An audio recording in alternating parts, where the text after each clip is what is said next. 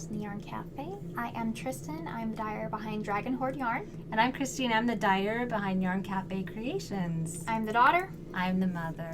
Welcome. Welcome. And today is Thursday, August 31st, and we're coming to you out of Payson, Utah, like we always do. Guys, tomorrow's September. Can you believe that? Oh, I'm already like on the cusp of spooky season. I got my little ghosties in my ears. I'm like ready to go. It's crazy. It's like it's the last quarter of the year almost. Oh my. I mean, oh my God. It's almost autumn, and yes, it is. wait, when's the first day? September 23rd, 22nd? Is that the first day of autumn? I think it's the 23rd. But I started celebrating autumn like 2 months ago, so yeah. I'm probably not the best person to ask. Well, I mean, and this last week was really warm. Mm-hmm. The weather was warm, but it's starting to get cool in the evenings. Yeah, there was one day that was like awful at my studio because we have some AC issues. But whenever it's really bad, I'll send Eric home with the dogs. And so I sent him home at least one day this last week. But yeah, it's too. I didn't even tell you about this last week. We should talk about how our week was. Yeah, I haven't even talked to you since last week. So I know. How was your week? Well, 2 days ago, I'm in my studio doing yarn, minding my own business. Yeah.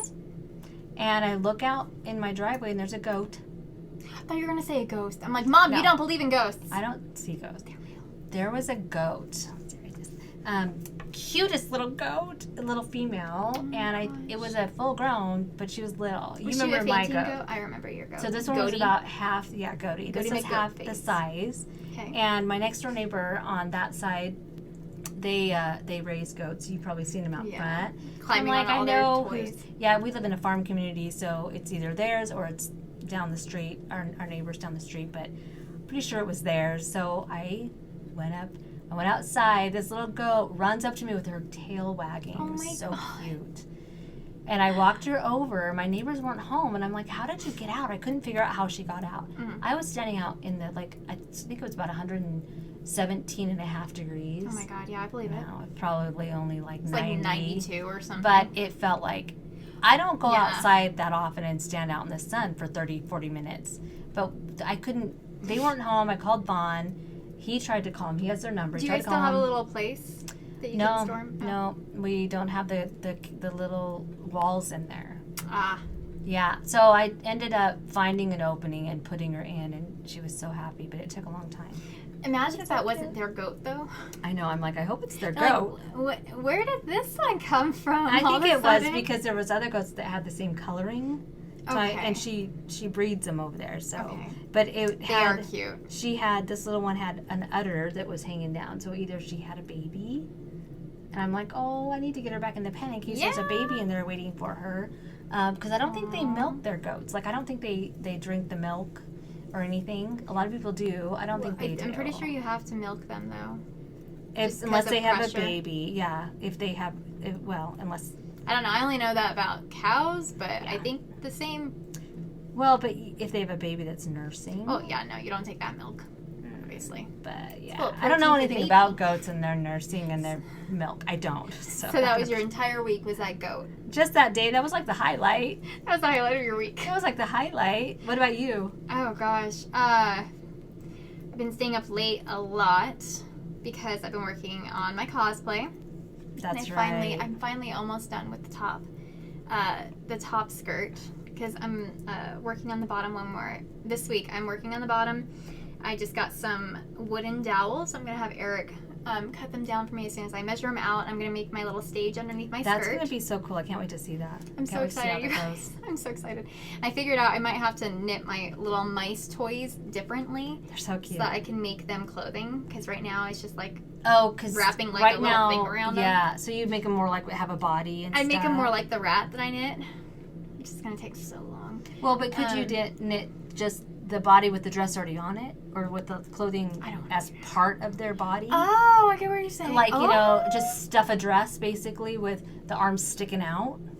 Like you just pick up stitches and make that gray or that's brown. Gonna look like such a really weird mouse. Depends on what they're wearing. I don't know what you're gonna have them wear. Well, I just got a bunch of not fleece. What is it called? Flannel, fleece. No, it's a tulle. I don't know. Eric kept calling it something. I'm like, you want velvet?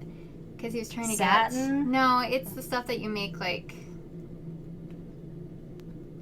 I always say, like, bad Christmas ornaments out. Felt. Didn't we say felt? No, we said flannel and fleece. And fleece. Okay, yeah. Felt. So I was just going, I have a stiff felt that I'm using for a couple parts of it. And then I have the soft felt that I was going to just kind of like cut out and make them little jackets and stuff, which I still could do, but I kind of need them to have arms so that they can hold the instruments I bought. So I think I may have to redo that. What time period is it? Is it like old-fashioned-y? It's like now. They're just like in marching band jackets. Oh, because it's like a, yeah. it's like an orchestra, not an orchestra, it's a band. Yeah. The Mouse Circus Band. And so I think I may have to do that, which is fine. It's fine. I mean, if you want me to help you, I can, because I know how to make little miniature things. Like, yeah, you're pretty damn good at that, just send me a picture. I'm not gonna lie. Okay, anyway. So I need to figure that out, but for the most part right now, I mean, I really actually do probably need to figure that out before I make a stage, because if I just make a stage and there's no mice on there, there's no mice dancing. What's the point? Yeah. But yeah, so I'm going to be starting that up this weekend probably. I reinforced the hoop skirt underneath. Oh, good. I put a bunch of I got wires. I got wire, like thick wire, and I stranded it back and forth a couple times and just like scrunched it together, and then I put fabric over it and sewed it, and then I hand stitched that to shape onto my hoop skirt underneath, so it like had a lot of heavy reinforcement to it. Good. So You're it'll gonna keep need its it. shape. Yeah, I did that I think 12 times for different like levels and stuff. And I think I have 3 more I need to sew on, but thankfully that was something I did at the very beginning, is I prepped those before I even started anything else. So that's going very well. I found out just how much I hate tulle, and I think I talked about that last week. And then I found a new way to make ruffles. How? It's basically, it almost just looks like a folded pleat. Over and over and over and over and over again. Okay. Instead of doing what I was doing, which you sew 3 lines without any backstitch. And then you take the 3 strands from the top layer, and then you just pull those across.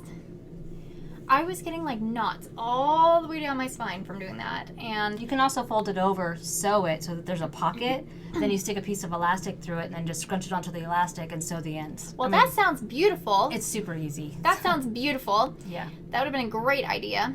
There's a whole strand thing, never worked for me. I mean, I did it like 14 billion times and it worked. It's just, mine's thread would always break. Well, I couldn't measure up how much to scrunch, if that makes sense. Yes, it does. And so I was going to look like a giant ass cupcake. I think you're going to say a giant ass. You're going to look like a giant ass. Well, I probably would, looking like a cupcake like that in person or out in public, but my dress would have been like up here.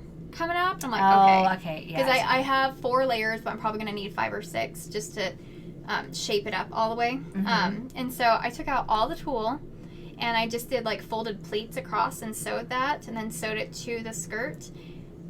It looks so good. Good. Do you have to do any more ruffles or pleats? Or I think I need to do 2 more small layers, but I mean, instead of taking like an hour and a half to make one little panel. Yeah, it's like I can take 15 minutes and make it, and then I just need to figure out where on there I need to put it, because I'm folding over the other hem twice, and then I'm sewing. I found vintage. Look at me. I found vintage. Not ruffles.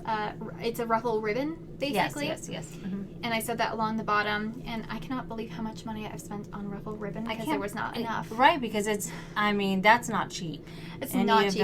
Well, the first big spool I got for $5 at a thrift store. That's good. I'm like, this is awesome. Gosh. And then I found out I didn't have nearly enough even for just 1 layer. And there's going to be 6 of them. So I had to go to Joann's and get more, and I'm like, this is the biggest investment I've made of this skirt so far. I hope it works. And so, $90 later. You're like, damn it. I'm like, holy crap. So, got all that done. So, I've just, honestly, this week has just been like cosplay. I finished up the jacket. I added some cool things. Then I messed up the zipper, so I have to replace the zipper. I hate same doing thing on zippers. Eric's, because I took 2 suits and I unpicked the seam along both of them, the jacket and the pants. And I'm taking 1 half and putting it onto the other one, because he's being half the other mother, or the velvet dam, and the regular mother. I finished. And then I ruined the zipper, so I have to replace the zipper. But other than that, I did it. I was so surprised that I was able to like remember the construction of things. Because you're not a sewist. I'm not a sewist. I didn't even. The only thing that I've YouTubed for that has been the ruffles so far, and they led me wrong. Yeah, they led me so wrong. I mean, it depends on what kind of ruffles you want, but I wanted fast ruffles. I mean, like honestly, fast and accurate. And it's called a casing. You just fold it over, sew it, and then just stick elastic through with a safety pin on the end. Oh, I know that because it's like pajama pants. Exactly. So that would have been it's great. Like a waistband. Yeah. Learned my lesson there. But so yeah, it's just been a lot of that, and it's just the final touches. I got my wigs in. Today after I leave here, that's like right where I'm going. Wigs are fun. I finished some earrings for it that I'll show later. Because I'm so excited about them. I'm trying to do like all the details of everything, and so he has like buttons that go down like a ringmaster jacket. Yeah. Oh yeah, so there's like jacket. 2 rows. Mm-hmm. And I'm taking those off, and I'm putting little cheese. Oh my god. I'm making little like cheese. The round cheese? No, it's like a slice of cheese because he is like obsessed with cheese for his mice. Cute. And so I'm like, I'm gonna do that. I'm gonna put them in resin. Are there gonna be buttons? I'm gonna sew them on. They're not functional. They're just like aesthetic. So I'm like, I don't have to worry about them. Make a round cheese with a slice missing with a bunch of holes. But I have some already. Sorry. Where were you in the planning process? Look at me trying to make your costume for you. I know, right? But I'm like really focusing on all the details. So if I have time, I'm going to put like a little. I'm going to do some really cool applique to the back of the jacket and on different parts. I'm like, I can figure it out. Sure. I can figure it out. You can though. I really can. You can. And so with the jacket, I had this little. It's like twine, but it was gold and metallic. And so I outlined the like thing a up cord. here. Yeah, like a cording. Yeah, like it's a cording. And so if I have time, I'm going to put that along the ends of every single ruffle, all the way around too. And I'm like, that's gonna look really awesome though. Yeah, I hope it works. Eric finished my hat. Nice. Now we just need to figure out how to attach the hat to my round head when the hat's out here and it's flat. Yes. And so I think I'm actually going to have to build a platform onto my wig. So that we can put magnets on it. Does it have like a scalp thing that you can sew? Or would you just glue? Or what? I would sew it in. All wigs have like a scalp thing. Like all wigs have that. Like a fabric. Is it fabric? It's like a lace thing. Okay, like a netting? Yeah, it's like a lace netting. And so, and each row of hair is actually sewn to a row of the lace thing. So underneath. That you can sew to that. And so, yeah, I can sew to that. And so I'm like, okay, I might make a platform out of just like a thick cardboard and reinforce it a little bit and have something. So it would be like shaped like platform here, and then it goes down like this. And then I'm going to cover it in fabric and sew it to the wig. And then before we attach it, we're going to have magnets on the top that'll attach my hat to it. That's a good idea. And then the rat will be on the platform. Because then will you be taking it on and off? Mm-hmm. I'll be taking that on and off all day. So I'm like, then it goes right back into place. Exactly. And so I was talking to Eric about it. I'm like, he's like, we're going to have to figure this out. I'm like, well, my head is round. Yeah. The hat's like this much in diameter. And I'm like, that's not going to work with a round head.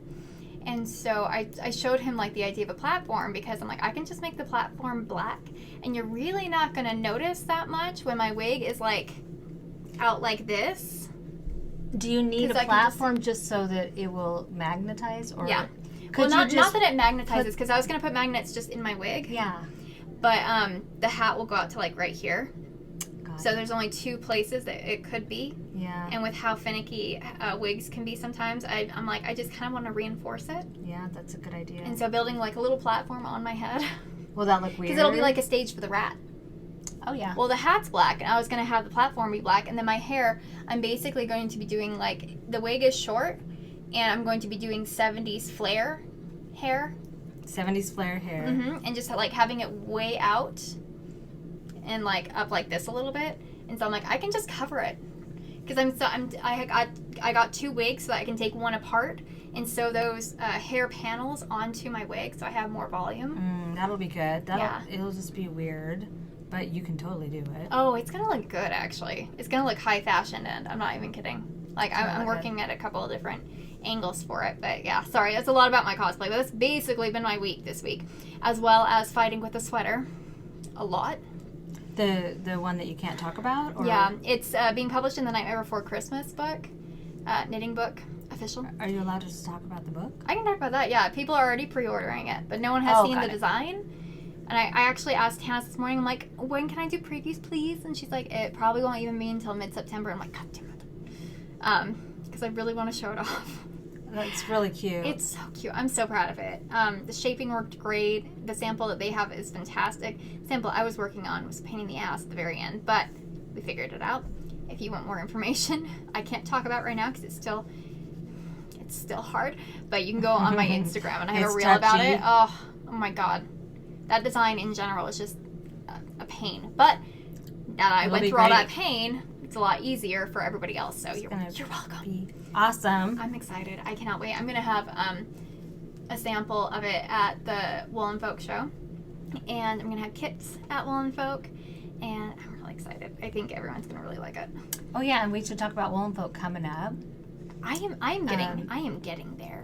I'm like ready we are like to so go. I am following what we're. No, I'm not talking about that. I'm talking about like okay. I'm ready to go. I want to go. I know I am too. Actually, I'm more prepared this year than I was last year. Yeah. I have like, I think I need like 8 more colors total, and I'm like, then I'm good. And that's just because I keep putting more on my plate.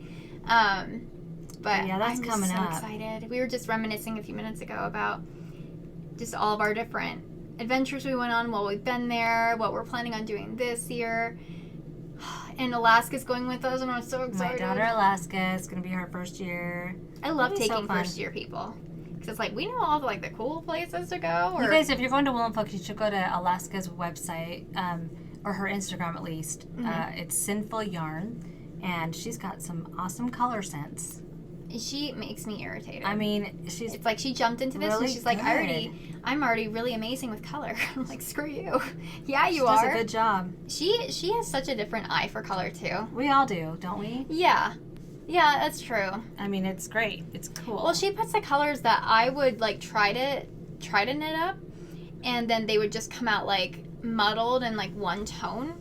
But she puts like a lot of like good brights and some muted and like light colors together. I'm like, how did you do that? She does a good job with some of the brights that really, don't make it look like it's gaudy bright. That's okay. Yeah, that's kind of really more good. What I mean. Yeah, she's brilliant. But yeah, check her out. Simple Yarns on Instagram and on Etsy. And yeah, she'll be there. You guys are sharing a booth. We are sharing a booth. We need to see if we can get next to each other. Well, yeah, I was just telling Alaska. I mean, I told her, I said, I don't think it'll matter either way. Whatever. If they've already got it set up, fine. I think that'll be great. But yeah, if we can, that would be cool too. That'd be nice. Yeah. Because we would have to buy one less curtain. That's true, huh? So you just share one. We got to figure all that out. Yeah. But it'll be fun. I'm excited. I'm looking forward to that. I'm so excited that it's an orchard this year, and they have like cider on tap, and do they have cider on tap? Mm-hmm. Is it alcohol cider or? I think it's both. I think they have a bar there too. I probably shouldn't vend and drink and vend. No, I just want some apple cider. Everyone always freaks out about the apple cider donuts. I'm like, just get the apple cider. Oh my gosh, the hot apples, the caramel apple cider. Is it caramel apple? No, it's just hot apple cider at Rhinebeck at the New York Sheep and Wool Festival. Honestly, it's probably just packet cider, but it's so good. But they put cinnamon and stuff in it. It's so good. Oh my gosh, yeah. Oh my god. Yeah, I never get in line for the donuts. We got in there one time, and I'm like, yeah. Like, isn't it just a donut that's like laid in cinnamon sugar? Yeah, pretty much. I think there's really good. It's one other spice in there that they're like, oh no, it's a super secret. I'm like, it's probably all. It's not like the cake donut, is it? It's like just a donut. The glazed type. of donut dough. And it's really good. It's good. It's just I'm not. You know, when I was growing up, I'm not a huge fan of donuts as much. So it's just like another donut. It is. It reminds me though, when I was growing up, one of the snacks we used to make, and this is probably gonna gross everybody out. Is it the toast? Toast, and then you mix cinnamon and sugar in a bowl, and then you sprinkle it on top. It's like cinnamon toast. Yeah. And I mean, if you think about that, you're putting sugar on toast and eating sugar, but it was just a little treat. It's a good topping. Okay. It was a treat. I'm never going to be upset with sugar. No.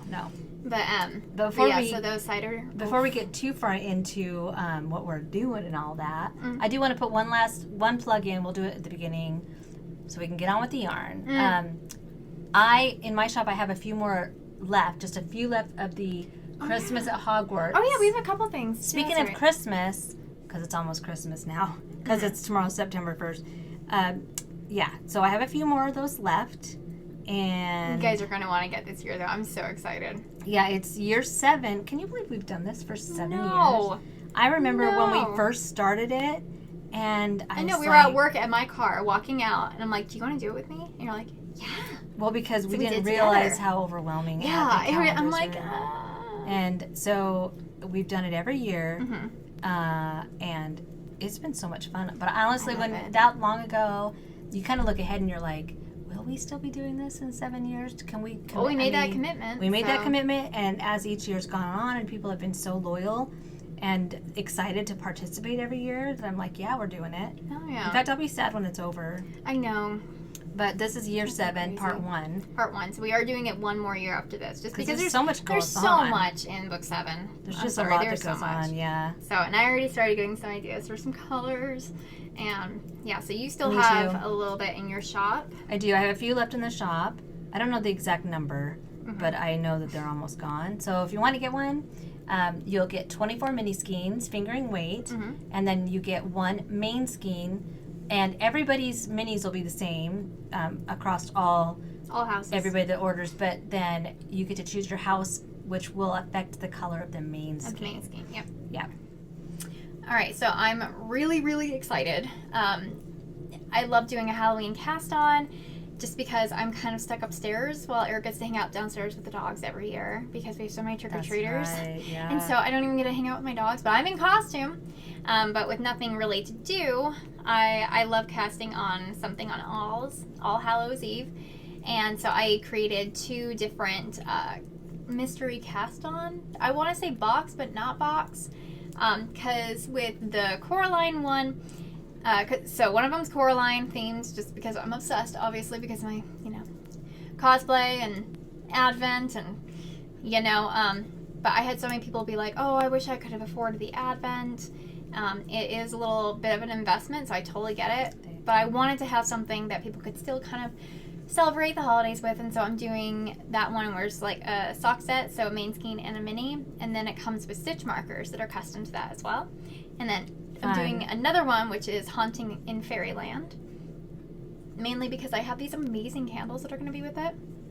And I was smelling them yesterday. I'm just like, oh my god, oh my god. They smell so good. They're so good. They're like allspice, pumpkin-y, cinnamony, and I'm like, oh my gosh. So I took them out of the box. I'm like, where have these been? Because I forgot to put them out last year. Oh, you did? I forgot to put them in a box last year. I forgot to curate an entire box last year. Jeez. So I kind of am actually doing that kind of mystery cast on around that candle because it's just so good. But that one is just kind of all different folklores have a witch in them. And so this one, it's like, I'm going to do, like, they have a seer, they have an oracle, they have, like, that kind of stuff. And so this one is just Haunting Fairyland, and it's kind of like fairy witchy. That'll be cute. That'll be fun. Thing, so. It'll be very Halloween-y. Yeah, it's pretty good. And then I started sweater pre-orders because I know we're all just, like, ready to go. Basically knitting all the fall things. And so I put so many sweater pre-orders in my shop that I'll be working on this next week. And I got some fades for the Comfort Fade. Almost said Comfort Fade Farty. Well, whatever. Comfort Fade Cardi from Andrew Mowry. And then I have... that is just such a great sweater. It's such a good sweater. I was actually going to wear mine recently. And I made 2 of them. I'm almost done with my second one, but it's so bright. And I got so, like, excited to do bright. And I'm like, I don't wear brights. Why did I do that? Because it's just fun. I know. It's Sometimes just a fun and interesting knit. So my first one was like a Crescent City themed yarn fade. The second one was like brights, and I think it was like Oracle themed anyways. And then, so this year I did a bunch of like autumny ones. Last year I did 2, but this year has, I think, 3 new ones to choose from. Ooh, fun. And then I have my Sanderson Sweater pre-orders. I put a bunch of stuff together for that, which is I still just love that sweater so much. It's a good sweater. It's a good design. And then Witchling, which is a basic raglan top down in the round. That's a cute But it has one. a big colorwork section with like the 3 moons for the 3-faced goddess. And then Autumn Court, which is actually what I'm wearing today. That's such a good sweater too. Oh, I love it. I love the neckline. I'm a big fan of this neckline because I have that on right now, like a boat. It's a boat. It's almost like a ballerina neck, but like a minimal ballerina neck, I think. Because boat necks are just like straight and straight and just connected at the top. That's true. So yeah, this is my autumn court sweater, and I designed this like 4 years ago now. Yeah, but it's been such a great. It's been a while. Sweater. It's my favorite. So it has color work at the bottom. Is it your first color work one? Was it your first one? My first or my second? Oops, sorry.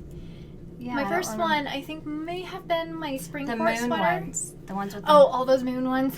What was my moon drip and my half moon tee. Your poncho one. The moon drip poncho and the half moon tee. That's right. And then I think I did spring court before I did autumn court, and I love this color so much. So the main color is Selena, then we have Boudoir, Word Marks, and the Surreal. So it's very A Court of Thorns and Roses themed, anyways. But I came up with like 4 new kits of that as well. So I'm going to have those in the shop for 1 more full week. And so they'll be coming down on the following Monday. And yeah, I'm excited. So many people have been ordering them, and it just makes me so happy that I'm picking colors that you guys want to put together. One of them I actually wanted to knit for one of my Rhinebeck sweaters, because I'm probably going to have like 4. Well, yeah. I will talk about this one really quick. Because I have an advent going right now. It's based on the Disney princesses, and it's going to be coming down soon. That's why I probably should put one last plug-in for it. Oh, yeah. You can either choose silver or gold stellina for your 12 minis and your 1 main skein, and then you can choose your princess, and that's what your main skein will be based on. So just wanted to That is always so good. You have such a great interpretation of princesses. Well, thank you. It's fun, and when you have, like, I think there's 11 princesses to choose from. It's tough to do 11, different colored themes for the main skein, but it's fun. I do it. I love it. Seriously. But it makes That's you think. dedication. You've been doing it for a couple years now, haven't you? This will be my 3rd year, I think, doing it. It's fun. And you come up with different colors every single year. Every time. Oh my god. Yep, every time. That's ambitious, I'm not going to lie. That's crazy cool. Well, you're just that way. I feel like that's how I was with my fade into fade things. But fades are so hard for me, so this year I'm just like, I don't know if I'm going to do it. Fades can be challenging. Especially when you have to have so many colors in it. Like, one of my fades I did was a 24-day advent. It was so much. You know what, though? Have you ever taken a non-fade one that you had no intentions of making a fade, but then after you get done with the 24 days, you lay it out and you're like, into fade order. I can pretty much fade this whole thing. Yeah. Mine always do that. Yeah. Well, it's because dyers get like comfortable within certain color schemes, and we tend to kind of stay in that like comfort area, honestly. Well, also in order to not make like 12 blue colors in one 24, mini. I always in my head I'm like, okay, Roy G. Biv, red, green, orange, yellow, blue. I try to go through all the colors and then grays, and and then different shades of each one. Yeah. So that I know that I'm mixing it up. I try to, when I'm doing a fade, I know what one I want to start with and what one I want to end with. And then from there, I have to kind of dye 6 color. Like if I'm doing a 12 skein fade or 12 skein mini fade, I will do 6 colors from the starting color to the end. And then I will go back and I'll dye the in-between colors because I'm not very good at fading.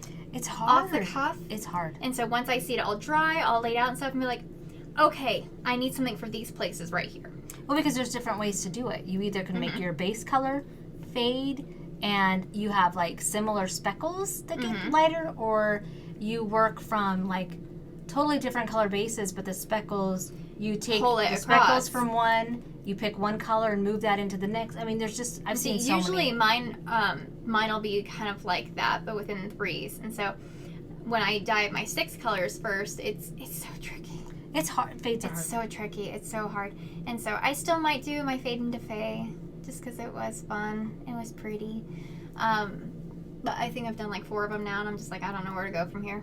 So I'm impressed that you're doing a 24-day advent of princesses. But they're not fade. 3 years in a row. Yeah, but it can still be difficult.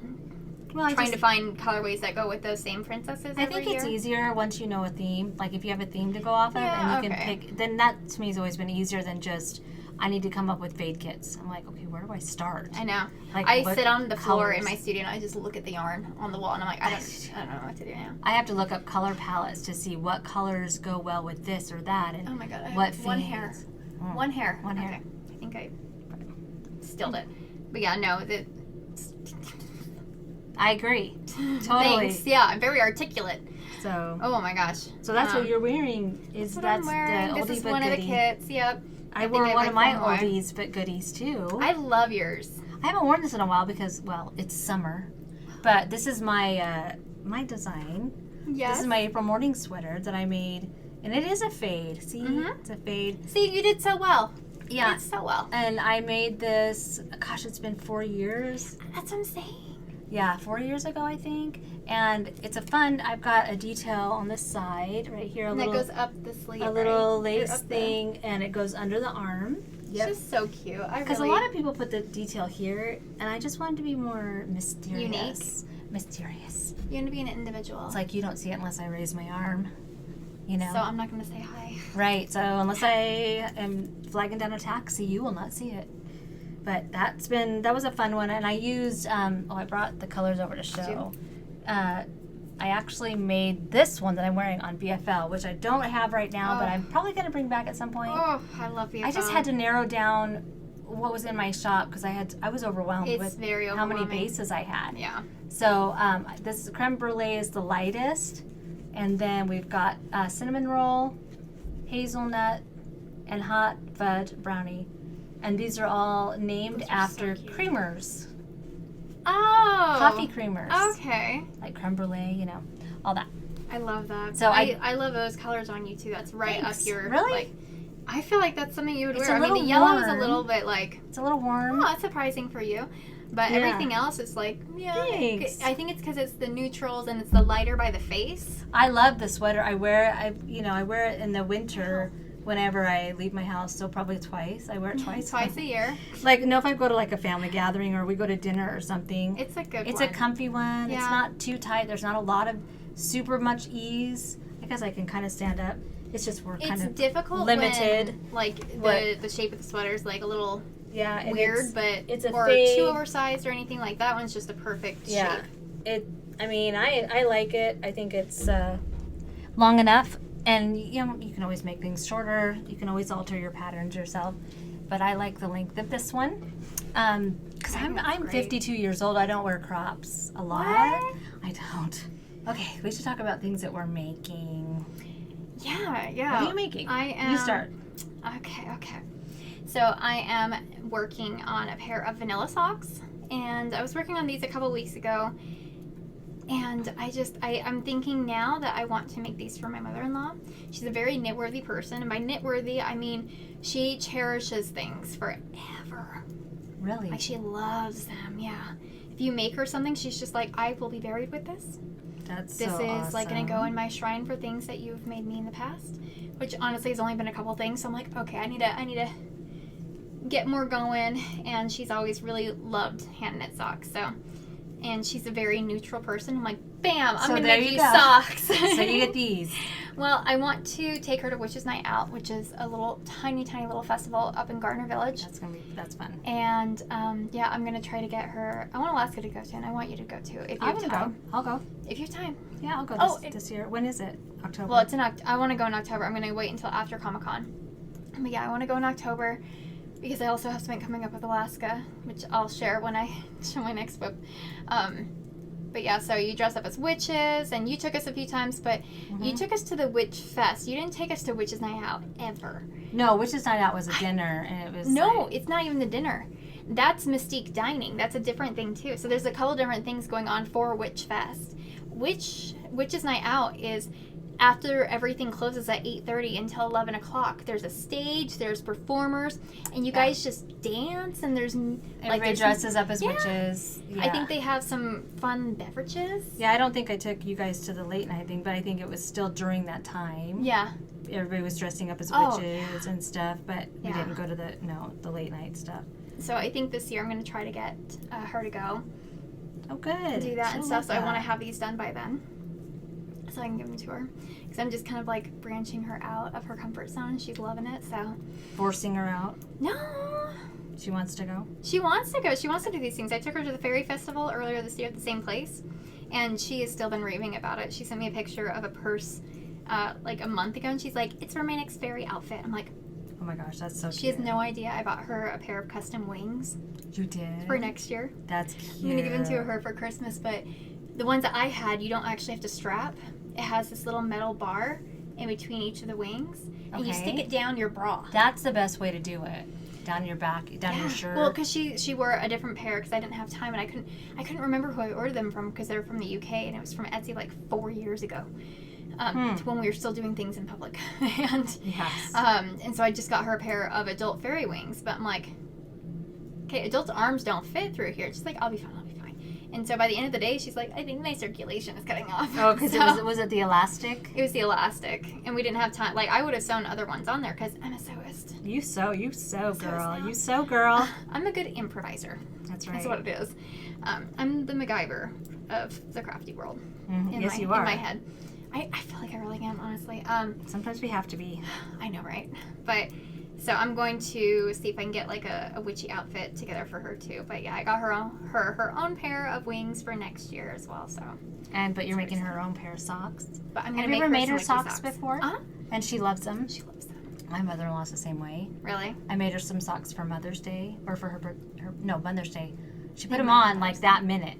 Really? She's like, oh, let me just, and then they fit, thank goodness. Because I took a guess, and she loved them. Thankfully, my mother-in-law has very small feet. Yeah, I was gonna say she probably has little feet. Yeah, she's a tiny woman. Person. Tiny. So these won't take nice. too long to finish. And I was gonna make them a lot shorter, but I don't want to cast on a heel or start a heel right now while we're recording. So she's getting long socks. Some long socks. She's getting knee highs, man. But we'll be matching because I have a pair of these too. You do the same color. I need to finish them off, but yeah, I just have to put the toe on. Self-striping lasts forever. It feels like. It really does. You get a lot of. It's the same size as every other skein, but for some reason, I feel like it goes a long way. I really feel like it does, anyways. Even like just being the same yarn and stuff. But the yarn is from Nomadic Yarns, and I love her. Ashley is very talented. She does a good job. She's so good. She's putting a lot of her autumn colors out right now.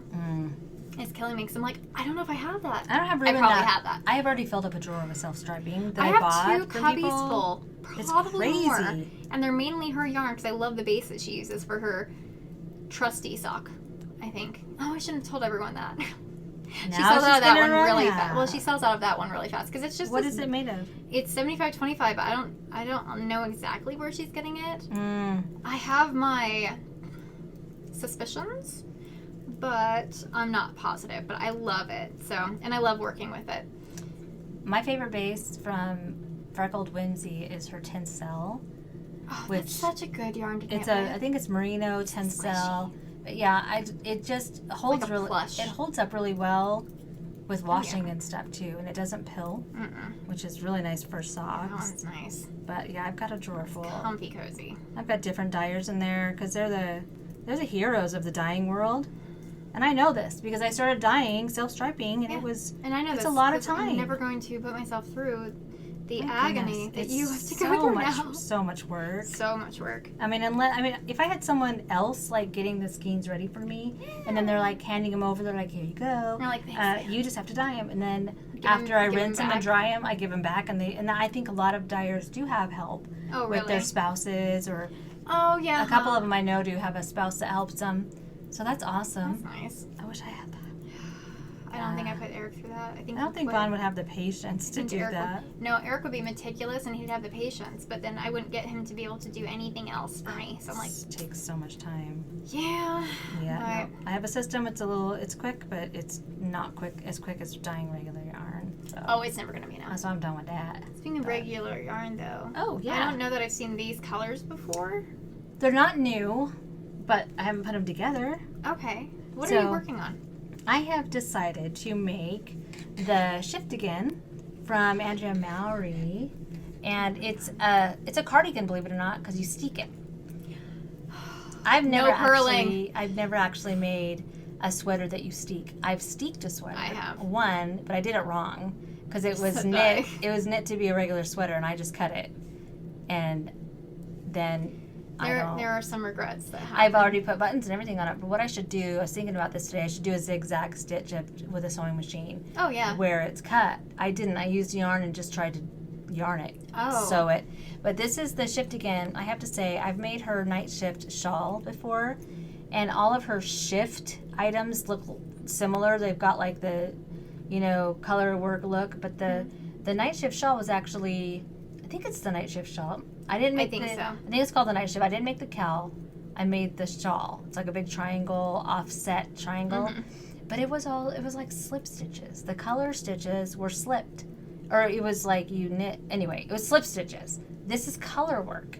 I didn't realize that when I started making it. I thought it was going to be slipping stitches again, which is a lot easier. You like that more? Well, I don't mind doing color work, but slipping stitches is just faster. Yeah. And you don't have to hold 2 strands. Yeah. But I love it.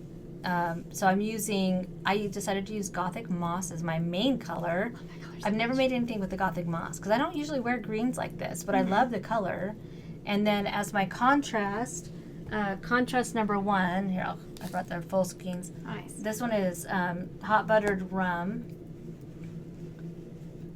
Or no, hot buttered bourbon, sorry, the other alcohol. That's so brand, the other one. Yeah, so autumnal, I wanted to put that with this color. It's a little dark, but you can still see. Yeah, and I think the contrast's gonna work. I think it'll work. It's not gonna be in your face contrast. No, but it's more subtle. Too, yeah. And then my second one looks much brighter on the screen. Especially where you're not trying to get any like specific shapes out of it. No. Like it's just basic color work.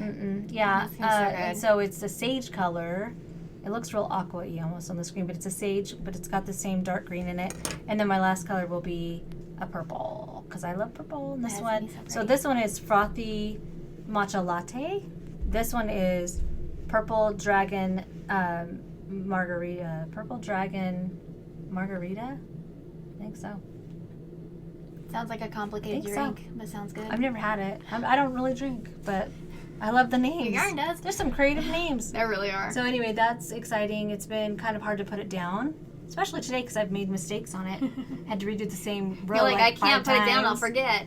Yeah, but that's Andrea Mowry, and it's available. I think it's been out for a little bit. Is this going to be one of your decided Rhinebeck sweaters that we were talking about last week? How we? Yeah, this one I'm bringing. Cast them on. Yeah, I will bring this to Rhinebeck for sure. I'll finish this in probably a couple weeks. We'll have to take some pictures on the hill with it. Yeah, I'm going to Arizona next weekend to visit my grandbaby, and I'm going to take this with me, so I'll be able to work on this, get it done.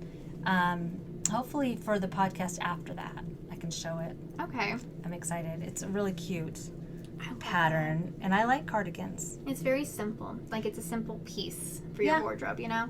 Yeah, there's not a lot of complicated things in it, you know? It'll be easy to put with stuff. Yeah, I think so. Yep, I think so. I don't usually wear a lot of greens, but it will go, there's a lot of color in it. So, but that's what I'm working on, and it's top down, and it's sport weight. It's a sport weight. Oh. Yeah. I love a good sport weight. I'm finding out more and more that I love sport. How sport weight knits up. Because fingering it takes a lot longer. DK is heavy. Yeah, it can be heavier, and DK, depending on the gauge, can be really bulky on. It can. Like, it can hot. Yeah.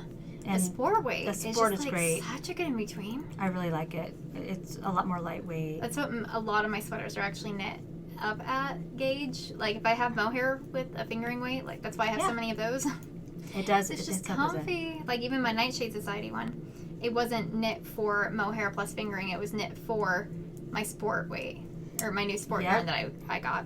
And I've talked to a lot of women who don't really love to wear, like, DK or worsted sweaters. It can just get too They're just too hot. Unless you're going to be outside and stuff. But unless you want to be absolutely super warm. Unless it's knit at like a loose enough gauge, because then it's not as crazy. Like, it has good airflow, which is really, really important. My Rhinebeck reunion sweater that you saw earlier, it's got like a almost like it's holy. Yeah, it's a very holy sweater. Yeah. So. But I wanted to thank you guys because we got a lot of recommendations for Rhinebeck sweaters and cardigans. And I think one that I really am tempted on was, so Olga Patano has a Rhinebeck sweater. It's called Giverny. I think I'm saying that wrong. I'm probably saying that wrong. Giverny. Giverny. Giverny. Yeah. So that one, I've been looking at, and where was it? Is it a top or like a pullover sweater or a cardigan? Oh no, I can't even remember. I was looking at someone mentioned The Homeschooler by Caitlin Hunter, and I think I have seen that. I think it's a little bit too long for what I was looking for, but someone was talking about one of Andrea Mowry's most recent ones that's cabled, and I'm looking at that one a little bit. Is it a pullover? It's a cardigan. Okay, yeah, I've seen that one. It's really pretty. And I'm like, I am very tempted on that one because that one looks pockets. like a lot of fun. Yes, it's all about the pockets. Yeah. And I would love to put thank you guys so much for commenting on our video. Someone was mentioning, and I can't remember my name, I'm so sorry, about embroidering like a little dragon on the pocket. I'm like, oh my gosh, hell yeah, I could totally do that. Or overstitching one. Well, I mean, I have a design that I could actually like go from put your now. logo on it. That's right. So I'm very tempted on that. But I have a confession. I never finished my sweater from last year. Your Rhinebeck one? Uh-huh. What were you making? I was making another Sanderson sweater, which I am obsessed with. I'm biased. Are you going to finish it for this year? Yeah, I brought it, so that's what I'm working on right now. And to be committed, I made sure I got a really, really cool basket to put it in. Oh my gosh, this basket is to die for. Oh my god, I'm obsessed with this thing. It's awesome, and the big strap. Yeah. Jeez. Eric it's like a purse. Crazy. They're it's like a purse. It's just like another person. You're like, it's not a purse, but it is.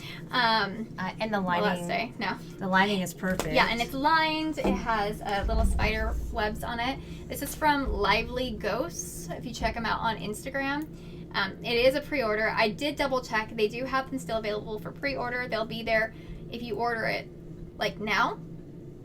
I believe it should be there by the end of September. So still in time for Halloween season. Oh, yeah. Now I just want to like do the rest of the podcast like this. Like I'm living in a pumpkin. I mean, I would want to take that with me somewhere. Oh, yeah. I'm like, I'm going to take it to Rhinebeck. But it's like, this is a big thing to take to Rhinebeck. It's a big basket. It's probably heavy for one to carry around all day. Yeah, it's a little cumbersome. And then to put stuff in it. Yeah. But I love it. But so this is going to be by my chair every night. And I am knitting up my Rhinebeck sweater from last year. I like it.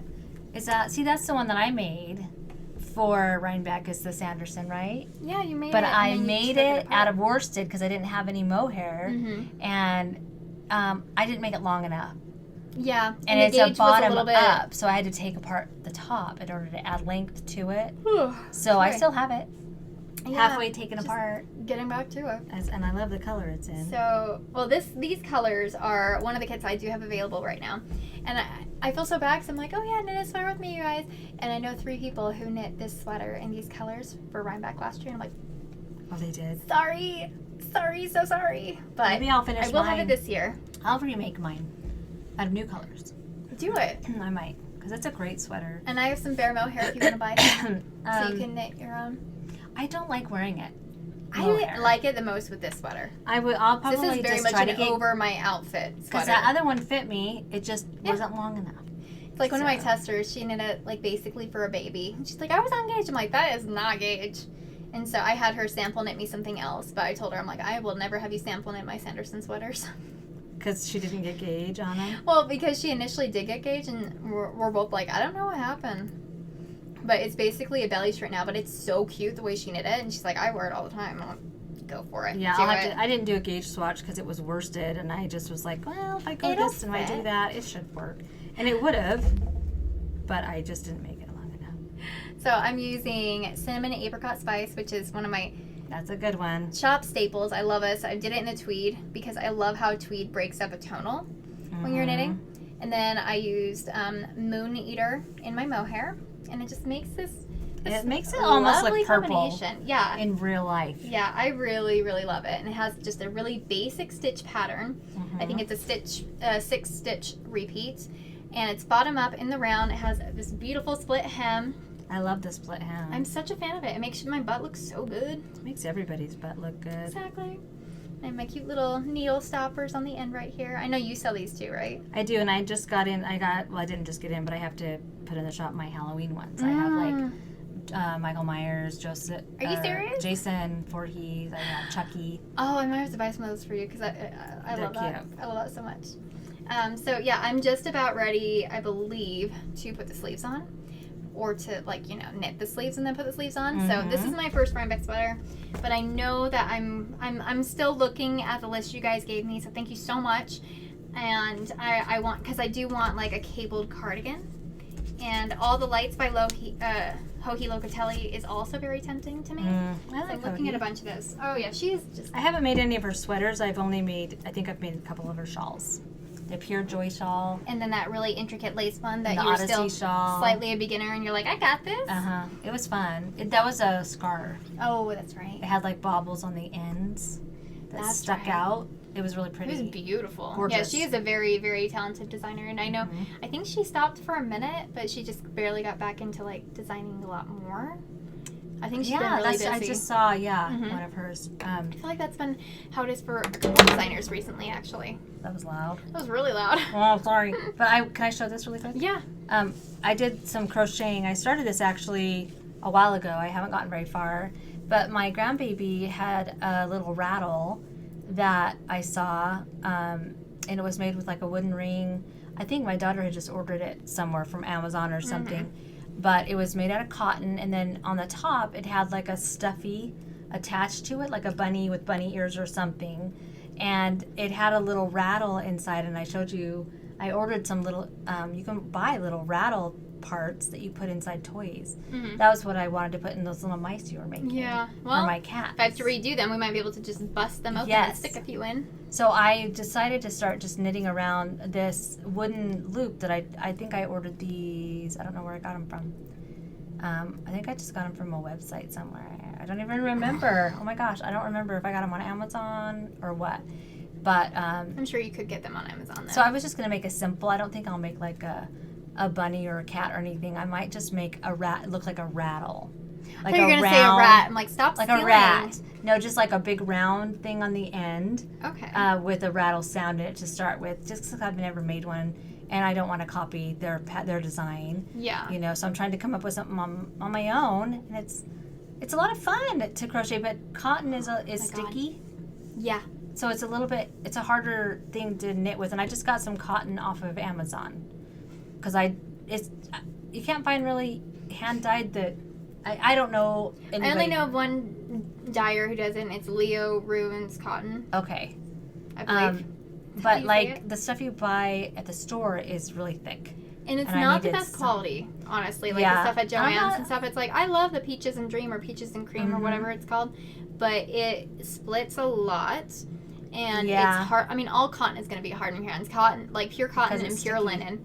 It's sticky and it has zero stretch. Right, and I'm not saying this is the best quality yarn either. I'm just saying it's cotton. It looks and it's easier to use. Yeah, and it's a fingering weight, and that's what I wanted. So, it's the label is in Chinese. Oh, so I can't even really tell you what it is. It did say 100% cotton. Okay. And I wanted cotton that like was dishcloth feeling cotton, because there's a couple different kinds. Yeah. There's also, I bought cotton at Hobby Lobby years and years ago, and I used it to make dishcloths out of it, but it was fuzzy. It was like a soft. It was like a soft cotton. It wasn't like a dishcloth cotton. It didn't absorb.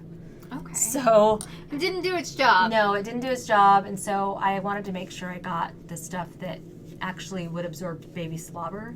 Oh, fun. Since they're putting it in their mouth, you know. Well, now I'm tempted to make some for my dogs don't eat anything. But I might make some cat toys and put those little rattles in. My cats love BFL. I think we talked about that last time. So I might use BFL. Animals love it. Like it's weird. It's Freya likes Paulworth apparently. It's like catnip or dog nip. Do they have dog nip? Catnip works on dogs. Okay. So yes. So it's just animal just nip. Just nip. Actually, I don't know. I think it works on foxes too. Actually. Oh. Well, for the people who have foxes. BFL is like catnip for my cats. It's like catnip for me, man. So yeah. It smells so good. It's just so lush. It smells so good. It's not too itchy. Anyways, are you working on dreaming of BFL right now? Calm down. Are you working on anything else? Yes, actually. Show me what else you're working on. That's all I have. That's all I'm working on this is my last thing. And I really wanted to get far enough, because I talked about this 2 weeks ago. I wanted to get far enough to show you guys like the color work that I'm stitching into it, so the duplicate stitch that I'm putting on. Because 2 weeks ago I talked about how I'm going to see some podcasters at a show with my little sister Alaska. That's right. And I'm going to be that weird stalkery, creepy girl who makes them gifts. There's always one. And gives it to them. And that's me this time. And so I was working on the cryptid cowl with Bigfoot, and I was duplicate stitching that stuff. And then the second one, I was talking about how I was trying to create like a picture of like alien spaceship kind of thing going on, switching out some of the colors. And so I wanted to show you guys how far I've gotten on that, because the last 2 nights I've been like dedicated to working on this thing. Oh, nice. And so I took the time last night.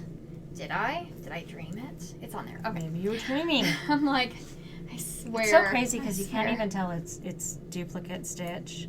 Not this one. I think the Bigfoot you can a little bit more. Okay. But so I finished this panel, which is going to be mountains and trees. That's really in the pretty. sky. I love it. So the actual pattern is by Pacific Knit Co. And she... Wait, so what's the picture? So it'll make more sense in a second. But these are all the mountains right here. Okay. These are trees. Here's some more mountains. Okay. And with hers, it's not broken up like that. I think this is actually the background of the Loch Ness Monster panel one that she has. Okay. But I wanted to make it aliens. And so I've been duplicate stitching this on it. That's cool. Thanks. I like the colors because Thanks. it really stands out. Yeah, so I'm doing these colors, and then I'm cutting this panel out right down here, and I'm redoing it with this bright instead. Because I think honestly, it's just going to make more sense. I love bright pink and navy blue together. I think it's we going saw to a shawl. really well. Remember we saw a shawl once at Stitches? Oh my gosh, yeah, you still haven't stopped talking about it. The contrast was beautiful. It's really good. Yeah, it's that and peach and... Yes, it was gorgeous. Yeah. So that's what I'm working on right now. As soon as I got home last night, I'm like, I need to show what this is going to look like. So here's my flying saucer, and yes, that is my color work chart. I wrote that thing, and you can tell that it's a flying saucer. I'm pretty damn proud of myself for that one. I like it. Because like I said, I'm really good at like putting like geometric things together and like things that are not... An actual picture, I struggle. When you're doing duplicate stitch, you can do whatever you want. Well, yeah, but I did write the chart up and stuff, and I'm like, but I have a really hard time making that present as what it's supposed to look like. Mm-hmm. And so I am just really proud of myself with this right now. I can tell. But so, again, the bottom color, the main color is Mary from my Lord of the Rings collection. Again, one of my favorite colors that is a little bit underrated. And then, yeah, I'm taking underrated. Is it why? Why do you think? I don't know. I think it's hard to visualize what it looks like knit up for people. I think it's because it looks so much better in person. All yarn does, but to get like this, it has so much variation in the base as well as like the speckling and stuff, and you can't really see that in pictures as well. Right. And so, like knitting up, you can see it a lot better. I think it would be really good for like a cabled sweater. Mm-hmm. But yeah, it's one of my favorite colors. I'm taking this panel out. I'm probably redoing this in a different type of combination anyways, like a different chart. I was thinking about like just making alien heads. That would be all cool. around. Just like the oval. Yeah. Like, that would. Yeah. No, that wouldn't be hard. That would be hard to make a chart out of. Yeah, I think so. I'm thinking about doing that, and then I'll be repeating it up here as well. And since I'm cutting this out, I may actually do a fold over brim at the bottom and just stockinette because I want to back it as well. And here are my floats. So this duplicate stitch is not like this looks like atrocious. No, it's not nearly as bad as the Bigfoot one was. Well, it's not color work, so and no one's going to see the Yeah, so I'm planning on probably sewing a panel on the inside in like either flannel or fleece, just to kind of cover all that craziness on the inside. But I really do love how it's turning out. And if I would recommend jersey material because it's stretchy. Or do you care if it's stretchy? I actually kind of want it to hold its shape. And it's thin so that it won't be like cardboard. Yeah, so that's where I'm at. Like I'm on the fence about that. I could also do like what is it called? It's the baby blanket material that's like fluffy. Yeah, that would make it very thick and warm. Well, it'd be warm, but that doesn't have a lot of like shape to the actual fabric. Like it wouldn't it's like thinner. It's a thinner, flimsier. Thinner and soft. Yeah, so, it's super soft. Yeah, I'm on the fence about it. Yeah, okay. I'm not sure. What do you guys think? Have you guys ever done anything like that? Because again, I'm not a sewist. I don't really know. I mean, fleece is just thick and it's stiff, and so it will. And that's kind of what I was thinking that I wanted. Well, it won't scrunch as easily. That's what I worried about. That's why I'm thinking something flimsier. Well, the thing that I actually don't like about cowls is when they're too big, is because they just drape down here. And I'm like, I want it up by my neck. So I actually kind of want it to be bigger because it'll just kind of chunk up right here. Because, yeah, that's a hang up I have with a lot of cowls. Is I won't knit it because it's way too wide and not long enough. It doesn't lay right because it doesn't keep your neck warm. They're made to make your necks warm. That's a nice big thick one though. Yeah. That's gonna be big, really thick nice. one. Yeah. So, yeah, I'm still working on that, but I'm going to take out that section, put this I think this is my Barbie World color, which is blowing out, but trust me, it's that bright in person. So yeah, that's the last thing I'm really working on, and it's just been bringing me joy every night. It's really going to turn out. It's going to be nice once it's done. About that one. Especially where I switch it out for little alien heads. That's going to be cute. That is going to be really cute, and that'll be an easier one, I think. An easy one to make a chart of. I think that'll be. So, I don't have any other whips, do you? No, that's everything I'm working on. Everything else that I have is completely finished. I don't have any finished items, so it's all you. Oh. Let's do this, man. Okay, well, I really fast wanted to show you guys because I'm really proud of this. And we talk a lot about yarn and knitting and everything like that, but I don't really talk a lot about, your polymer clay. Not as much. I mean, for stitch markers we do. So cute. Well, I wanted to make these earrings because in Coraline they have, in Mr. B, who I'm going to be gender swapped, in the other side of the house, Coraline. That's really cool. Thank you. But it has a chicken basically pooping out popcorn. Well, yeah. In that scene. And so I wanted to make these for my cosplay. And they turned out so much better than I thought they would. And they took a very long time to actually I was going to say, it's pretty intricate. It's very intricate. So I ended up needing to, with polymer clay, you can do a couple different things. Sorry, I have 2 pairs of earrings on now. You can do a couple different things to make them stick to one another. But it can be very difficult. So what I ended up doing is I cut out I have black in my nails because I was using acrylic paint yesterday and I can't get it all out. That happens. Yeah. So I made all the popcorns individually, and then I baked those. So cute.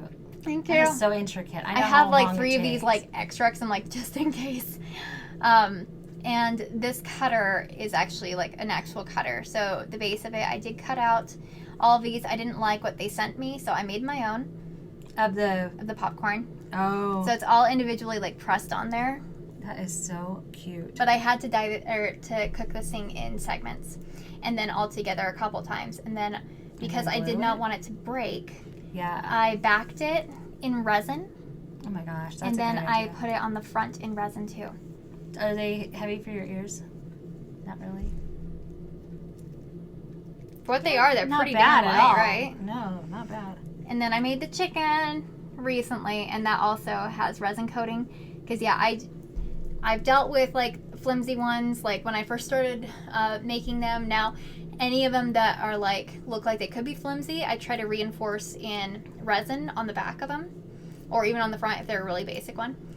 But yeah, so I really want these to hold up, but these took a couple weeks actually to get through the whole process, and I think each of these things, I think they've all been cooked at least 4 times for everything. So I finally finished them. And then I have been working for a couple years now with Tanis Gray, who is amazing. She's actually the author behind the Nightmare Before Christmas book. And she's done the Harry Potter knitting book. She's done the Star Wars Knitting the Galaxy book. She's all over. Books, yeah. Well, one thing I love doing with her is that she is obsessed with Disney as well. And she's been doing Disney Park theme ride themed cowls. Oh. So we've done a couple. I haven't seen them. Well, we've done the Curiouser and Curiouser cowl, which was the Alice in Wonderland theme. It's for the spinning teapots, or spinning teacups. Was it just a pattern that was released? Mm-hmm. I did it. I dressed up as the Mad Hatter and I took photos. Oh yeah, no. When you say we, I thought you made a pattern. No. She made the pattern. I gave her the yarn. Got it. We're looking to the next one soon. We did the Red Riding Hood cowl, which I told her to make it thinner and longer. And did she? And it works so well, and it's so pretty, and that's in my shop too, the kits for it. That one still is top notch for me. She's a great designer. And she is really good at making like the actual color work look like what it's supposed to. Well, she's great at color theory. The color. That's where we learned our That's right. We took a class from her. Color dominance. Yeah, that's how we met her. And so we just barely finished releasing our collaboration of the Jungle Cruise. Look at that thing. That's really cool. That is so cool. So she's and the big leaves at the bottom is so fun. So she's just super talented. And I do have these kits in the shop. There's only a couple left, but I just wanted to show this off because I love working with her, and I'm really excited to see everyone's stuff being published soon. That's a big public because the Nightmare Before Christmas book is so good. And actually, like, our tripod is on like 2 of her books right now. Right now, yeah. I'm just like hovering. And then this pattern is a cowl again that I'm going to be releasing this year for Woolen Folk. I have been working on a couple different versions of this and never released them for like 2.5 years now. And I'm going to release this one. Maybe the other one too, but this one is the Ensorcel cowl. Oh, that's pretty. Thank you. I love that. Again, that's really geometric pretty. patterns. But still, I love it. And strangely enough, it has a high-low hem on the bottom because what I hate about like shawls and stuff is when you have a pattern, or like cowls as well, when you have a pattern that you want to stay in a certain place and it just won't. That's really a good idea. So I did a split hem so it'll stay like on your shoulder area. I don't think I've ever seen that before. I don't know if I have either. That's a good idea. Obviously, it's not like, I don't think it's a very, basically like a unique concept, but I just love it. I think it makes it like not bunch up as much on the bottom where you can't see the ribbing. It makes it so it actually lays more where you can see the picture. Yeah. So. Great idea. And it hugs up in there. It does. Yeah, that's going to be perfect. I'm excited. I need to wear more cowls because they are easier to wear than shawls for me. Oh, yeah. And they're warm. And they're satisfyingly like quick knit. They look good too. I love it. So this is my my hair's gonna be static again. It is. So this is my dark hibernation colorway, which is like the darkest blue steel type gunmetal color with green undertones. It's a tonal. It's a little hard to kind of see. It's really pretty. But yeah, I love it. It's been in my shop for a few years now. It's one of my favorites. It's like a navy, but more gray undertones. And see, that's what you're seeing. But this is actually green. Oh, yeah, it is hard to see. This lighting in here is really bad because the sun just popped behind the mountain. Yeah, it's just like, nice try, guys. Try to show off your colors accurately. I don't think so. No. And then I have Tink and Giggle Juice and Sky Nymph. And this one is I love the blue. Drink Me from my Alice in Wonderland collection.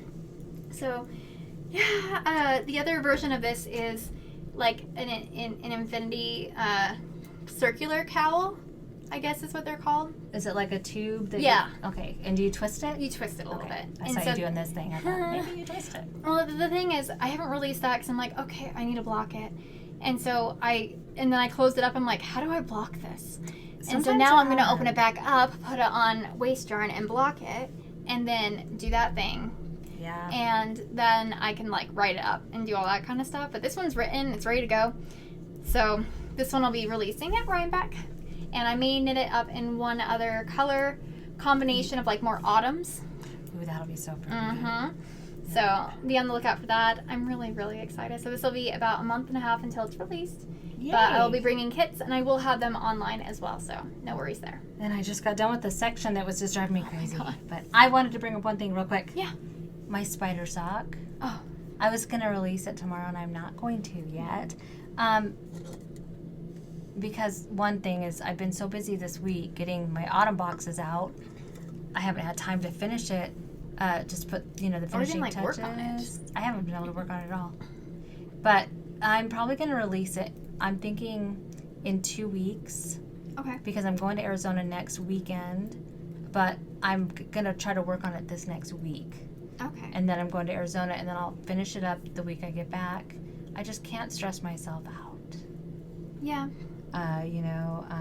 It's not worth it, honestly, ever. If your mental health gets in the way, it's like, No, and I know. Why are you putting these deadlines on yourself? And I've gotten emails from people that are excited about it. And I appreciate it, but I haven't been able to finish it. And it just, when you're the yarn prepper, the yarn dyer, the yarn dryer, the yarn twister, the shipper, the advertiser, everything. Yeah.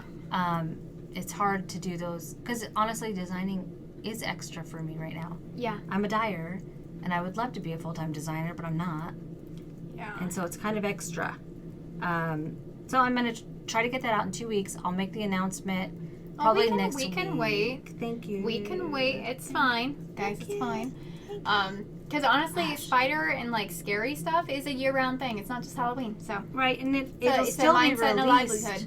It'll still be in plenty of time for Halloween. Oh yeah, like I plan on wearing a pair of the socks to Rhinebeck. So thanks. I hope. I'll get him. I'm hoping to get it out. I'm planning on getting it out 2 weeks from Friday. That gives me plenty of time, and that's only the beginning of September. So you'll have that's true. The rest of September, and then even for Rhinebeck, because it doesn't take long. September's tomorrow, so mid-September. Yeah, it'll be like the 8th or the 68th, 14th or something. Yeah. Yeah. Anyway. Yeah, that'll be fine. Okay. Good. We believe in you. Thank you, because mental health is important. It is, and it's like when you're setting your own timelines and your own like standards and everything. Sometimes it can be hard to be like, I don't really need to do that right now. I can push it back.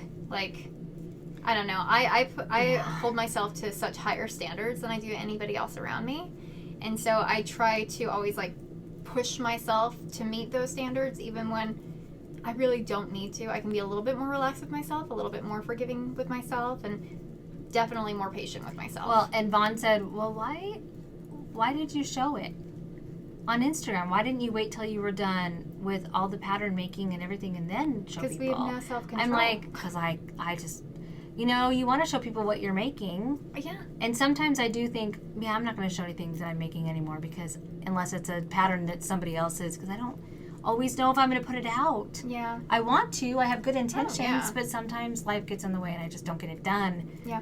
And creating something and writing it down and polishing it are two completely very different things. It's one thing if it's like a hat or a cowl, or even a shawl, but when you're sizing things, people can be cruel. If it doesn't, if if you fit do, the right way. Even getting tech editors who are awesome, sometimes it's not going to please 100% of the people. I've learned to accept that, and honestly, it doesn't really bother me anymore. But it depends on the day. Yeah. I've had people email me about a yarn color that they got and it wasn't what they expected, which was totally my fault. And it happened twice in 7 years. But one person wasn't very nice about it. It wasn't just, hey, this yarn color is a little different than the picture. It was mean, and I was be nice. It can be hard. It can be hard. So I'm going to get that spider sock out. I promise. But you have time. Take your time. Even if we have to wait a full year, I'm pretty sure there's a lot of people on here that want to knit it regardless. I'm not going to have to wait a full year. I don't think so. No. But I'm going to because I have to make the yarn that goes with it too, which is self-striping. Just such a cool concept. Thanks. I love it. I love it so much. And so you have so many patterns that are like that you haven't shown yet. Yep. That I'm like ready to knit. Yeah. So. But I'm just trying to live a positive life, trying to be happy and positive and not stress too much, because there's plenty out there to stress us out right now. Oh, yeah. Right? And so if you're putting those other expectations on yourself at the same time that you're dealing with everything that's external, it can just get a little bit much. I know. And I know everybody that we know in the yarn community always has great intentions, Oh, yeah.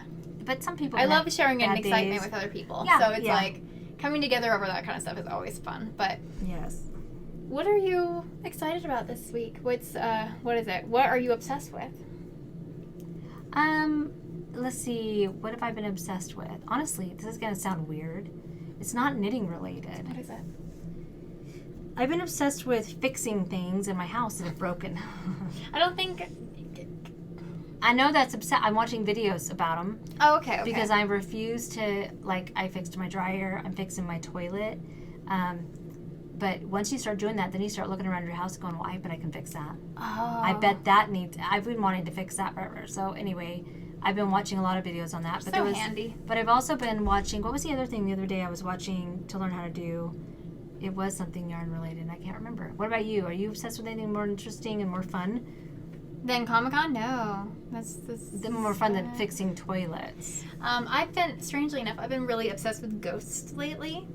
Like making things that are ghost themed and That's stuff. cool. Like, Because it's Halloween-y. Well, I'll have to show them next week. I'm really just obsessed with Halloween and autumn and October. And it's seriously like, I'm not going to lie. I've had a really, really hard year struggling just mental health-wise because of my dog. And again, I know we talked about this last week, but you don't really know how things are affecting you until you actually get out of that hole a little bit more and more. And you can look back and be like, oh, I was not in a good place. But I'm hardly ever not in a good place. And so just kind of seeing what it was like, it was more of like not emotionally bad, but emotionally low energy-wise across the board. And October and Halloween and pumpkins and ghosts and everything. It's a good pick-me-up. It really is bringing me back. And I've just been obsessed looking at different like mood boards for Halloween, going on Pinterest, and I always type in like autumn flat lay or pumpkin flat lay. What's flat lay? It's those photos that you see of like there's a book here, there's a coffee mug, there's like little sprinklings. I didn't know it was called that. Yeah. That's actually where I get a lot of my pictures for my clubs and stuff. Okay. It's from flat lays or like fall aesthetic or fall clothing. Fall clothing. Mm-hmm. It's a huge one too. Or fall clothing photo shoot. I do a lot of like fall food photography. There you go. If you do a photo shoot though, it's a lot of the times more than just like photography. Like a photo shoot. That's a good. I'll have to do that. It like pulls like people in or like parts of them, like they're holding a leaf and stuff like that. I love photography. I love it.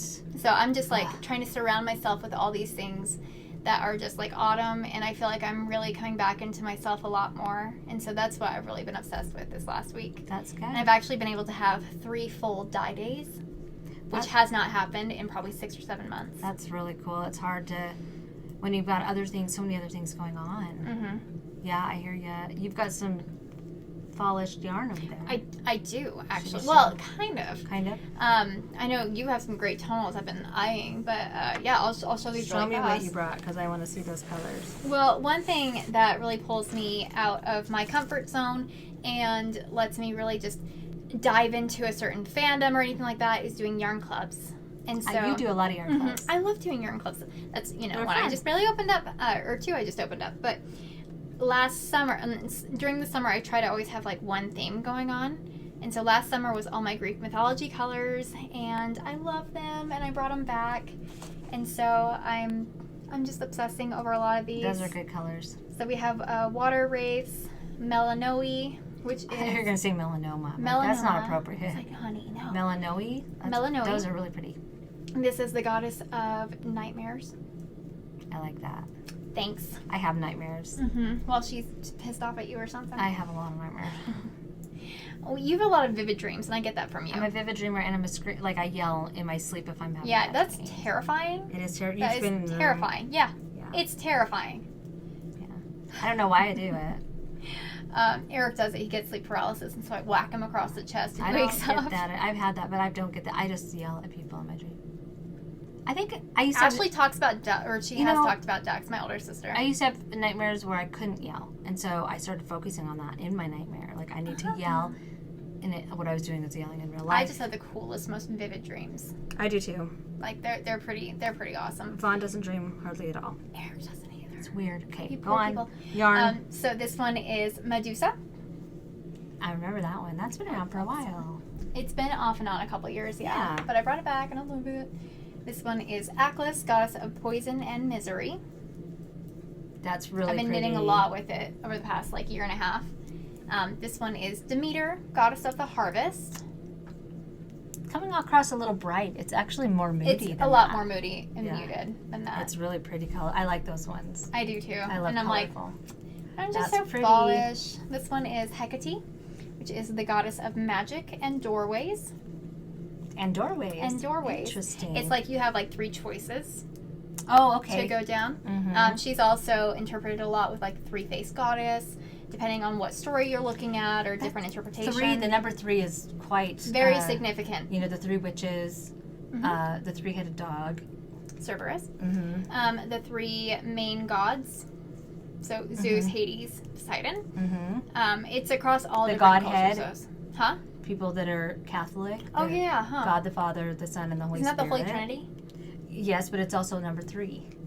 Okay. Well, they call it the Godhead, too, I believe. See, I've never heard that. That's I'm pretty sure that's... I'm not Catholic, but I'm pretty sure that's what it is. In Witches' Covens, like, having 3 is a very significant number. So... breakfast, lunch, and dinner. I mean, there you go. Well-rounded person.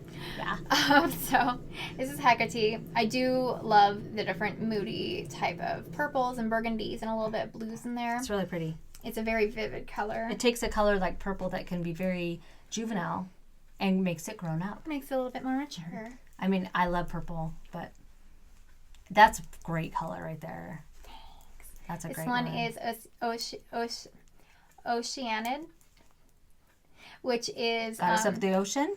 It's different spirits of the ocean. Okay. And so basically all of Triton's daughters were Oceanids. But they are not significant. What do you mean? They're just not, they don't do much? Well, I know there's Chemopolia, which is the goddess of turbulent storms. Okay. So they all have like their little things and stuff, but those are like standout goddesses or demi goddesses, I guess. But just overall, it's like their type of nymph.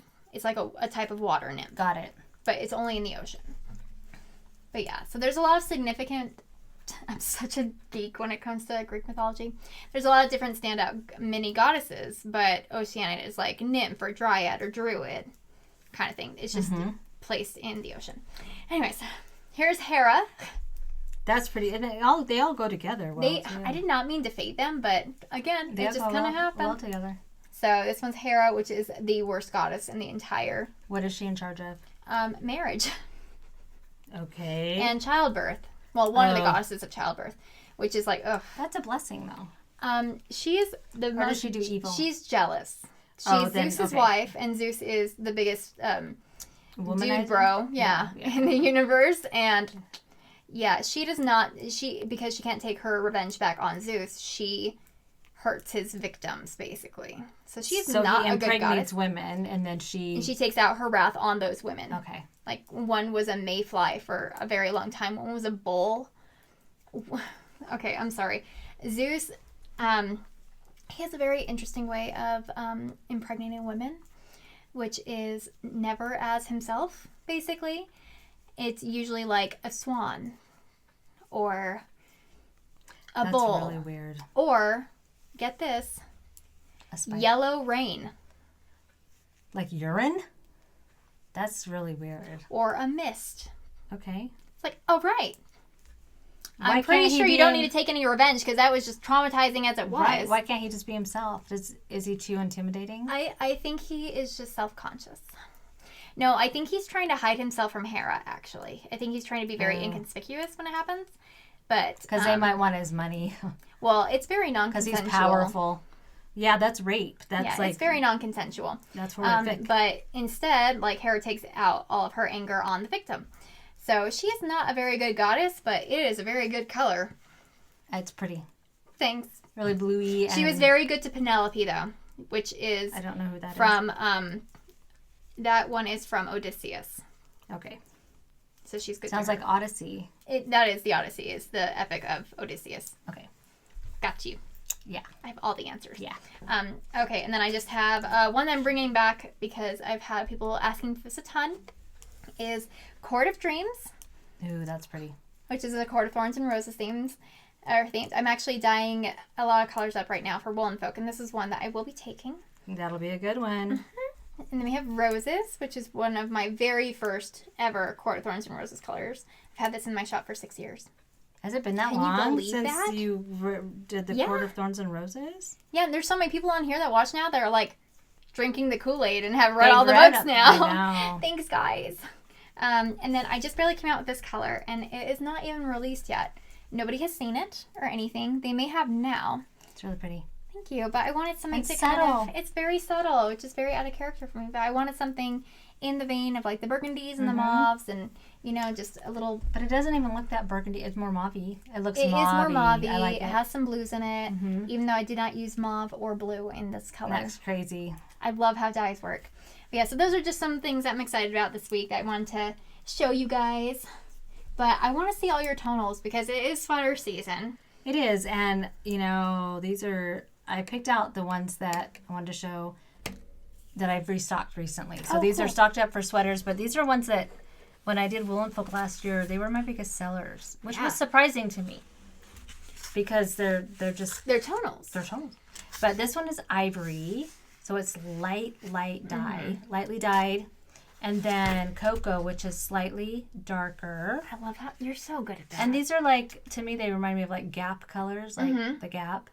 Because they're Urban just Outfitters. Neutrally. Yeah. This one is white pepper, so these are the lightest tonals that I have. Those were like gone.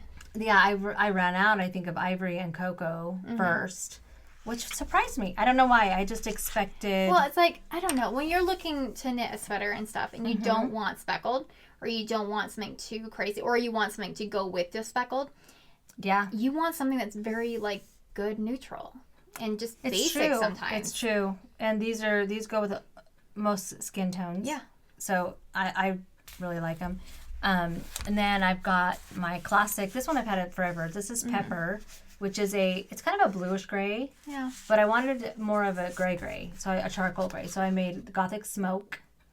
And they both do have blue undertones, but this one is definitely smokier. Darker, less bluey, more charcoal. Yeah. I guess. And then to get away from the gray, this is oatmeal, so it's more of a taupey like brownish, a brownish gray, like a taupey color. And then this is a darker version, really dark cardamom. And it's a brown, but it's more of it's like a gray brown. If you put it up next to a true brown. It seriously is like a smoky brown. It's like a dark gray brown. Yeah, because this is like mousse, which is a red brown. I was going to say that, yeah, that's definitely like a blue brown. And this is one that not everybody can wear because it's got like reddish undertones. Yeah, I've noticed, It's like chocolate. You know chocolate, when you melt it, it's kind of reddish brown? Yeah. That's what this is, kind of like a chocolate. That one's actually reading very well on screen. It is. It's coming across really well. And then my ultimate Is that your mascara? Baby. No, this one's Obsidian. My mascara is not as dark. Isn't it? This is like the blackest of black. And I tried to figure out a way to get a black for like it's so hard. 3 years. You think it would be easy, It's but not. It's so hard. Unless you want to dye, over dye, rinse, dye over and over again. But yeah, this is like a black. So, and it's not something that everybody likes to knit with. So I don't know that everybody would want to knit a black sweater, but it's great for color block sweaters. It's great for stripy, if you want like a real contrasty color. The thing is, like, black sweaters are just beautiful, but that was what my Nightmare Before Christmas sweater that I designed is knit up in the first time. In black, it's where I had to take it apart 6 times. And so I'm not a fan of black at the moment. Especially as you get older, your eyes get worse, and it's hard to see the stitches, especially in low light. But I made a sock out of this with one of my Christmas colors, a color work. It was a Delphi. Remember the Delphi one that I made? Everybody wanted it. I know. Again, I haven't even finished the sock. I made it too small, and color work is so tricky in socks, dude. Yeah, it doesn't stretch. But I made it with the Obsidian, and then the Christmas, it was my Gumdrop Nougat color, which was like reds, blacks, and blues and green. It was really pretty. I'm gonna bring those back too. One. But those are the ones I've restocked. Are you starting to look forward to your Christmas collections and stuff too? Yeah, and I'm trying to decide if I want to bring back some of the old colors or if I want to do brand new ones, because it's hard to. Christmas is hard to do. That one was like my Christmas candy. I thought about bringing back like a retro Christmas colors, which were more like dusty greens and dusty blues, and like dusty pinks. I love that. Like a vintage, like the old fridge colors. Yeah. Those colors, like a orange that's more of like a rusty orange color pops in there. Yeah. So I think I'm going to be bringing back a lot of my Nutcracker colors that I you put should. out for. I put them out in sock sets with little Nutcracker stitch markers, which are so cute. That'll be cute. Those are really cute. Well, one of the colors kept selling out, and I was getting irritated, but not really. Not super irritated. No, I wasn't bothered. I'm like, that don't bad. be mad because I wasn't that bothered. But... So I'm bringing those back, and I'm still thinking about bringing my Grinch, my little like 5 or 6 set Grinch colorways, because I mean they're bright and they're cheery, and it's so far from what I am when I do colors. So I'm thinking about doing that again, just honestly because I love the Grinch color, that green. And then there was pretty. Martha May's Christmas Angel or something like that. Was one of the colorways? Yeah, and that one was my favorite. And that was so good. I don't remember what it looked like. It was like teal or light teal background with a bunch of like reds, pinks, greens. Oh, that's pretty. It's so good. Mm-hmm. So I think I'm gonna, or Merry Christmas Martha May is what I called it, I think. Yeah, you should. So I'm thinking about doing that and bringing that back. And it seemed like, I don't know, this time of the year everyone just gets super happy, and I think bright and cheery colors around technically the scariest and darkest time of the year, which is Christmas. Right. Just crazy. Shorter days. Mm-hmm. Christmas can be depressing for a lot of people. Well, I was going to say that, but it's like there'll be scary ghost stories. Scary ghost stories. And Tales of the Glories. Like yes. Christmas and solstice used to be like, that's the darkest time of year, so that's the time that you want to bring your family the closest so that all of the demons and the spirits don't get you. Isn't that interesting? Isn't that crazy? A lot of Christmas stories are based on ghosts. Mm-hmm. Ghost stories. Yeah. That's crazy. Because like the modern world now, and probably the past, I don't know, 80 to 100 years, it's changed a lot to be more about like happy Santa and like Rudolph, but before it was like, don't take your family for granted. Don't take life for granted. Like, celebrate every moment. Celebrate all the small things. And getting coal in your stockings was a serious thing. It was an offense. It was a serious thing. Yeah, Krampus was more prevalent. Mm-hmm. That's a scary thing, man. I love that. I love that mythology. Yeah.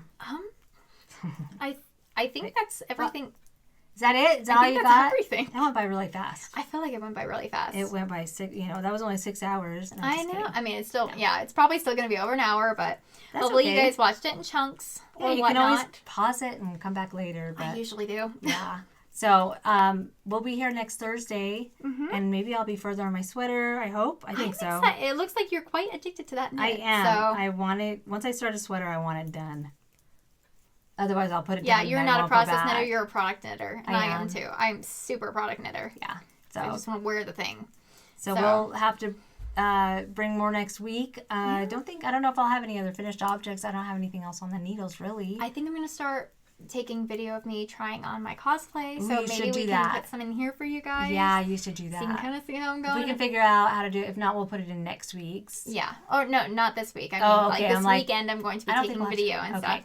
So hopefully next week you guys can see some of my progress. Because yes. I have been videoing a here and there because I'm going to make a big old reel out of it. But I also have been doing it in portrait, not landscape. So I'm going to do some of that for this video, hopefully. Cool. But, cool.